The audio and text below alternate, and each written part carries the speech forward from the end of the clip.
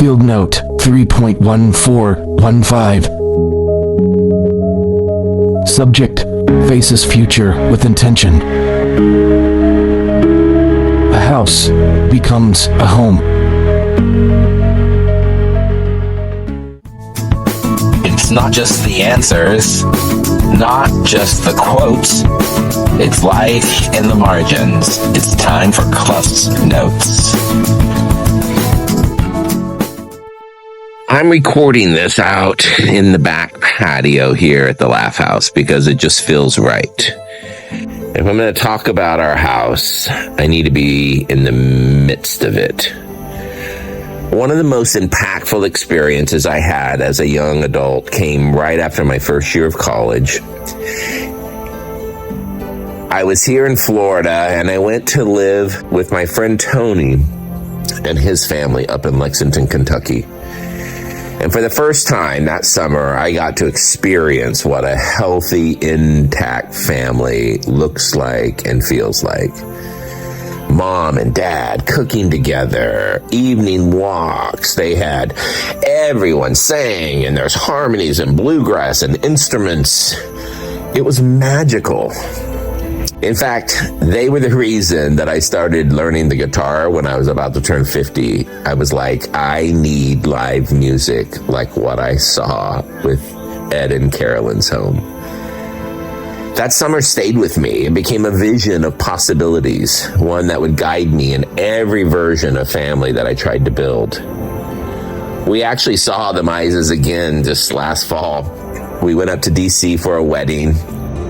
Michael and I watched Ed and Carolyn as they were surrounded by their grown children, while they were surrounded by their grandchildren, laughing, dancing, singing. Subject finds marbles to envision possibility. For 5 years after Michael and I moved out of our respective homes, we lived separately in apartments. Navigating our identity, co-parenting, grief, our finances, all of that, we were just doing things over time to make sense of this new part of our journey. And I felt this need after 5 years. I was like, I don't want to be in an apartment anymore. I wanted to start looking at houses. And I also, at the time, was still thinking I'll stay near the girl's mom. And I remember one day after I was showing Michael a listing, it was very near Laverne's house. And very kindly and gently, he said, you do realize I don't know if I could live that close. We'd be running into each other everywhere. It would be awkward. And I got it. I sat with that for a little bit. And then a little while later, I said, I don't want you to answer this tonight, please. I just want you to think about it. What if we went ahead and looked finally for a house together? You know, we pulled the trigger, we move in, we officially start this next part of our journey. And honestly, I asked him to not answer because I didn't know how he'd answer. We were in different points of readiness, and I didn't know where his mind would be in this. But the next morning, very excitedly, he said, of course, yes. And that was 16 years ago. At that time, marriage equality wasn't even a conversation. So for us, when we bought the house, I guess you could say it was our commitment, our version of saying to people, we're in this. In fact, when we threw our housewarming party, about 120 people showed up. And the most common thing they said, it's about time.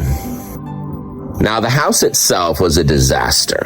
A probate property, abandoned and trashed. The previous owner had passed and it was just bad. Everything was left behind. And this Fry Daddy still had oil in it from at least 6 months of abandonment. Doors were off hinges, holes in the walls, cracked windows, sliders that didn't slide. The backyard looked like a jungle. And I remember saying to Michael, when I showed it to him, don't look at what it is. Let's imagine what it could be. And as we walked through, we could see it really was perfect. It had the space. We had 4 kids. It's not a big house, but it's perfect. It just needed vision. It just needed care. So room by room, year by year, this place has evolved into what we love and what brings us joy. We didn't change the structure, we just restored something deeper. Every decision was intentional. Every detail was designed to bring in more of what we loved.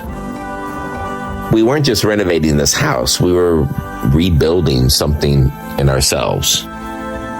And now, this place is full of music, coffee, drinks, neighbors, toddlers, family, friends, laughter.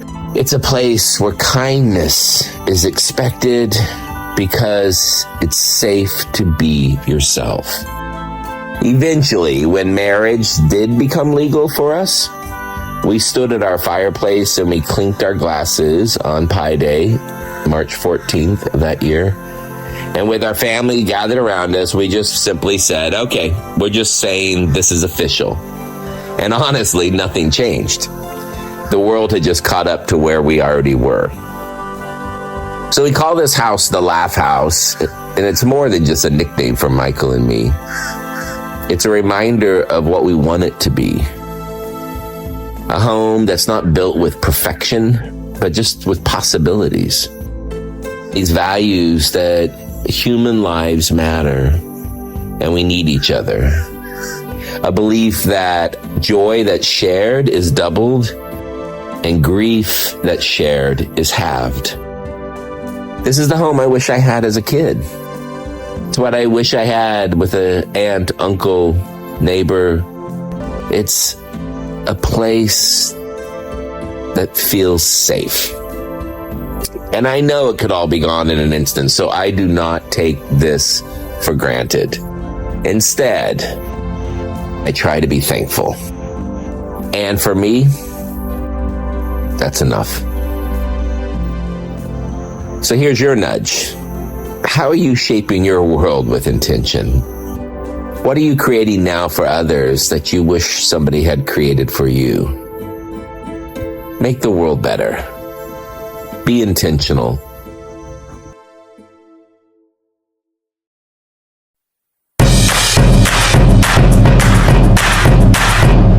Preschool Papa here. Big humans, I have 3 simple rules when we work with little ones. We model, we play, and we celebrate. Little humans don't just need structure, they need joy. They need to see it, to feel it, to be surrounded by it. Whether it's Harbor Ray pouring water into buckets and asking me to watch what happens when it overflows, or Jasper beaming when he sees me because he wants to tell me something that happened at his school that day. Every moment with little ones is a chance to celebrate, to be a part of their world. So make joy visible. Turn small moments into memories. That's how we help little ones learn to love the world. Because they just don't know.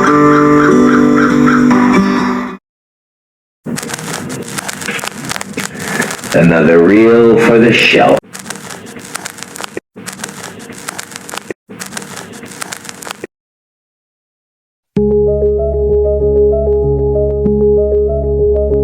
Field note YRL.7. Celebration becomes the norm. Subject embraces gratitude for his world.